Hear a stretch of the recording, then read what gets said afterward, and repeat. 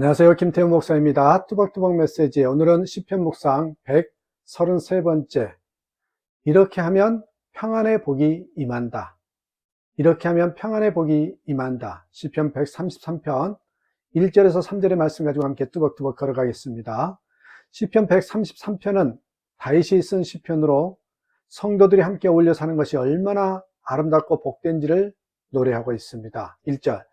그 얼마나 아름답고 즐거움과 형제자매가 어울려서 함께 사는 모습. 성전을 향하여 가는 순례자들은 이 시편으로 노래하며 서로를 축복하였습니다. 그들에게 함께 어울려 순례의 길을 가는 동료들의 존재는 말할 수 없는 위로요 기쁨이 아닐 수 없었습니다. 한번 생각해 보시기 바랍니다. 순례의 길을 가는데 서로 언쟁을 하고 주먹다짐을 하고 욕하고 비난하며 남보듯 하며 간다면 그것이 무슨 순례의 길이 되겠습니까? 이것은 이 세상에서 순례자의 삶을 사는 우리에게도 마찬가지입니다. 하나님께서는 바벨론 세상에서 살아가는 우리에게 천국 공동체인 교회를 주셨습니다. 이 교회 생활의 핵심은 사랑과 평화로 함께 어울려 지내는 것이지요. 교회의 자랑은 교인수나 예배당 건물이 아닙니다. 얼마나 봉사를 많이 하고 좋은 영적 프로그램이 많은가도 아닙니다. 오직 주 안에서 연합하여 하나가 된 교회입니다. 이처럼 화목하고 하나가 된 교회를 통하여 우리는 하나님의 은혜와 복을 받습니다. 2절에서는 머리 위에 부은 보배로운 기름이 수염, 곧 아론의 수염을 타고 흘러서 그 어깨까지 흘러내림 같고 라는 표현을 하지요. 제사장 아론이 기름 부음을 받을 때 기름이 머리에서부터 흘러 수염을 타고 흘렀던 것처럼 화평한 교회는 하나님의 임재와 거룩함의 상징입니다. 3절에서는 헤르몬의 이슬이 시온산에 내림과 같구나 했습니다.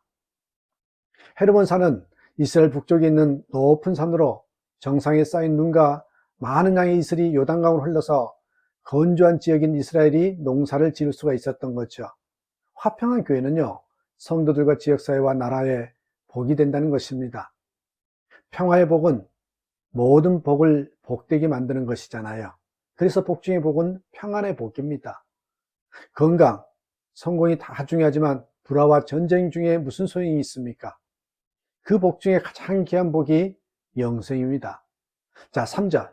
주님께서 그곳에서 복을 약속하셨으니 그 복은 곧 영생이다. 우리는 어쩔 수 없이 환경의 영향을 받습니다. 바이러스 독감만 전염되는 것이 아닙니다. 영적으로 더 심각한 전염이 일어납니다. 미움과 원망, 비난과 분노가 사람들의 영혼을 망가뜨립니다. 우리 주변은 언제나 우리를 영적으로 무너뜨리려는 강력한 힘들이 역사하고 있습니다. 어느 목사님이 늘 부정적인 생각에 사로잡혀 있었습니다. 주위에 마음에 안 드는 사람들이 너무나도 많았습니다. 그러던 어느 날 로마서 14장 10절을 읽고 심장이 멎는 것 같았다고 고백합니다. 내가 어찌하여 내 형제를 판단하느냐? 어찌하여 내 형제를 업신 여기느냐? 우리가 다 하나님의 심판대 앞에 서리라. 그때 비판적인 생각이 사단의 공격임을 깨닫고 말씀으로 대적하기 시작했습니다. 그리고 그 굳어진 습성으로부터 벗어날 수 있었다고 했습니다. 우리는 영적 환경에 대하여 소극적으로 반응하면 안 됩니다. 악성 바이러스가 퍼진다면 그렇게 하시겠습니까?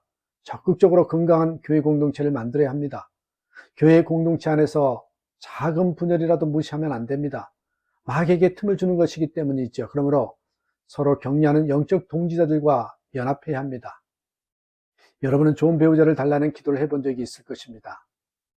그러면 영적으로 좋은 동지가 될 사람을 달라는 기도는 해보았습니까?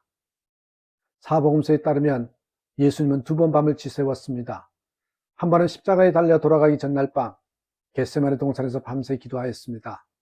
또 한 번 있습니다. 누가복음 6장 12절에서 16절에 보면 제자들을 부르기 전 예수님은 새벽까지 기도하셨습니다. 예수님께서도 사람을 택하여 세우는 것에 대하여 이렇게 하셨습니다.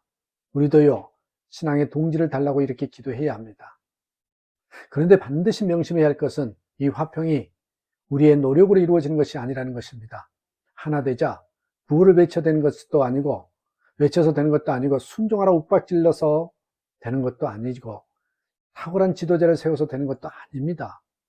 그것들은 얼마나 가지 않아서 무너지고 흩어지게 되어 있어요.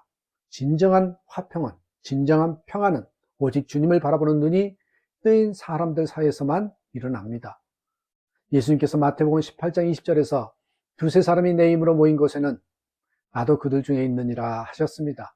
예수님이 임재하신 교회가 되려면 모든 교인들이 주님의 이름으로 모여야 합니다. 이스라엘 역사상 12지파가 다윗 시대처럼 하나가 된 적이 없었답니다. 그것은 다윗의 지도력이 출중하였기 때문이 아니죠. 다윗이 언제나 하나님을 바라보는 사람이었기 때문입니다. 사사들의 통치 기간 내내 이스라엘은 하나 되지 못했는데 그들은 자신들에게 다른 족속들처럼 왕이 없어 그렇다고 생각하였지만 아닙니다. 각 지파마다 자기 소견에 오를 대로 행할 뿐 전적으로 하나님을 왕으로 섬기지 않았기 때문이죠. 그래서 왕을 세워달라고 조르고 졸라 사울왕을 세워주었으나 결국 비참하게 죽고 말았습니다. 천국 같은 화평한 공동체는 오직 주님을 바라보는 성도 사이에 이루어집니다. 주변에 나쁜 사람, 싫은 사람이 너무 많다고 탄식하지 마십시오. 예수님을 바라보면 다투고 싸울 사람이 없습니다. 사랑하지 않을 사람이 없습니다. 행복한 결혼은 사람 잘 만나서 되는 것이 아닙니다. 남편을 볼 때 예수님이 함께 보이고 아내를 볼 때 예수님이 함께 보여야 행복한 결혼 생활을 하게 됩니다. 교인도 마찬가지죠. 예수님을 바라보면 사람을 보는 눈이 달라집니다. 십자가에서 사람들 사이의 장벽이 무너졌습니다. 유대인과 이방인, 남자와 여자, 주인과 종의 관계를 가로막는 장벽이 무너졌습니다. 주님 안에서 하나 되지 못할 사이가 없고 오직 주님 안에서만 하나됨이 있는 것입니다. 이것이 이루어진 것이 교회이죠. 가정이나 교회 공동체가 시험에 들어 정말 하나 될 수 있는가 믿어지지 않는 이들이 있을 것입니다. 하나님께서 안 되는 것을 하라고 하시지는 않았다는 것을 믿어야 합니다. 하나님이 못하실 것이 무엇입니까?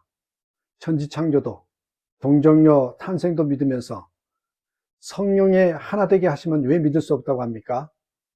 다른 일도 아니고 성도들을 하나 되게 하신 일을 왜 안 하시겠습니까?